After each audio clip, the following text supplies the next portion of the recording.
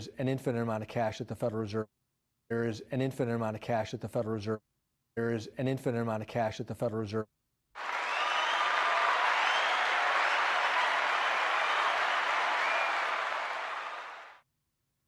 Good morning, Bitcoin. Today is Monday, August 3rd, 2020. My name is Thomas Hunt, and this is the World Crypto Network. The price of Bitcoin is up 1.1% in the last 24 hours, with a last of 11,349, a high of 11,456, and a low of 10,943. That's $1 for 8,811 Satoshis. Volume was 3,433 Bitcoins changing hands. The market continues to lean margin long, with 83% of the market heading that direction. Shorts are at 17%. Bitcoin dominance is at 60%. Looks like a Darth Maul candle in the recent back future there. Look at that. Right underneath the 11. The recent past. Actually, it looks more like this. How the alleged Twitter hackers got caught. Bitcoin and IP addresses led investigators to two of the alleged perpetrators in just over 2 weeks. From Wired Magazine. On July 15th, a Discord user with the handle Kirk number 5270 made an enticing proposition. I work for Twitter, they said, and according to court documents released Friday said, I can claim any name. Let me know if you're trying to work. It was the beginning of what would, after a few hours later, turn out to be the biggest known Twitter hack of all time. A little over 2 weeks later, 3 individuals have been charged in connection with the heist of accounts belonging to Bill Gates, Elon Musk, Barack Obama, Apple, and more, along with nearly $120,000 in Bitcoin. Friday afternoon, after an investigation that included the FBI, IRS, and Secret Service, the Department of Justice charged UK resident Mason Shepard and Nima Fazeli of Orlando, Florida, in connection with the Twitter hack. A 17-year-old, Graham Ivan Clark, was charged separately with 30 felonies in Hillsborough County, Florida, including 17 counts of communications fraud. Together, the criminal complaints filed in the cases offer a detailed portrait of the day everything went haywire, and how poorly the alleged attackers covered their tracks. All 3 are currently in custody. Despite his claims of the morning of July 15th, Kirk number 5270 was not a Twitter employee. He did, however, have access to Twitter's internal administrative tools, which he showed off by sharing screenshots of accounts like Bumblebee, SC, Vague, and R9. Short handles are a popular target among certain hacking communities. Another Discord user who went by Ever So Anxious number 1 soon began lining up buyers. Kirk 5270 shared the address of a Bitcoin wallet where proceeds could be directed. Offers included $5,000 for @XX, which would later be compromised. That same morning, someone going by the name Chowwan on the forum OG Users started advertising access to any Twitter account.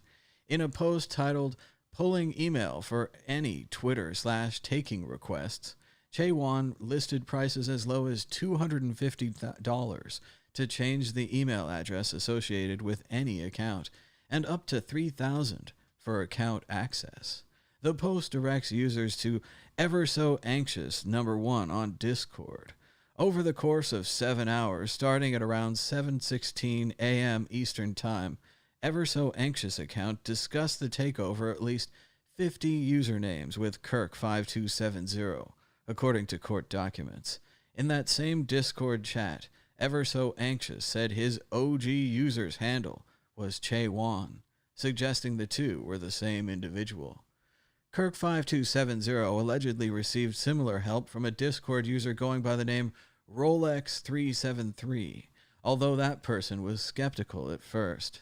Just sounds too good to be true, he wrote, according to chat transcripts investigators obtained via warrant. Later, to back up his claim, Kirk5270 appears to have changed the email address tied to the Twitter account of @foreign to an email address belonging to Rolex373. Like Chaewon, Rolex373 then agreed to help broker deals on OG users, where his username was Rolex, with prices starting at $2,500 for especially sought-after account names. In exchange, Rolex got to keep @foreign for himself. Around 2 p.m. Eastern Time on July 15th, at least 10 Twitter accounts had been stolen, according to the criminal complaints, but the hackers still seemed focused on short or desirable handles like @drug and @xx and @vampire, rather than celebrities and tech moguls. And the takeovers were an end unto themselves, rather than in the service of a cryptocurrency scam. The deals brokered by Chaewon netted Kirk5270 around $33,000 in Bitcoin, according to the criminal complaint. Chaewon took in another $7,000 for his role as intermediary. The FBI believes that Rolex is Fazeli, and it charged him with one count of aiding and abetting the international access of a protected computer. They believe Shepard is Chaewon, who is charged with a conspiracy to commit wire fraud, conspiracy to commit money laundering, and the international access of a protected computer. The criminal complaints against Shepard and Fazeli leave off here. Neither complaint identifies the individual behind Kirk5270 or explicitly links that account to a named individual. But court documents in Clark's case allege that it was the 17-year-old who had gained access to Twitter's systems and went on to take over the high-profile accounts. Twitter hacker owns $3.4 million in Bitcoin. The court has set the bail at $725,000. Bitcoin market cap is now bigger than Intel or Coca-Cola. Bitcoin overtakes Intel and Coca-Cola at a new market capitalization of $205 billion.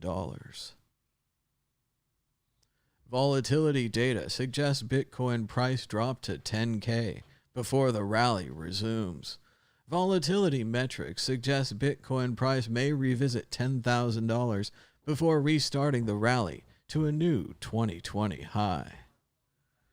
Bitcoin's flash crash offers a lesson for new retail investors. Hi-oh! And travel management firm CWT pays out $4.5 million in Bitcoin after a ransomware attack. There's lots of Bitcoin news, and there's Bitcoin t-shirts at the World Crypto Network store at World Crypto Network store, worldcryptonetwork.store. And there's a link on worldcryptonetwork.com. Check them out, and we'll update the podcast soon. Thanks so much for watching the World Crypto Network. Until next time, bye-bye.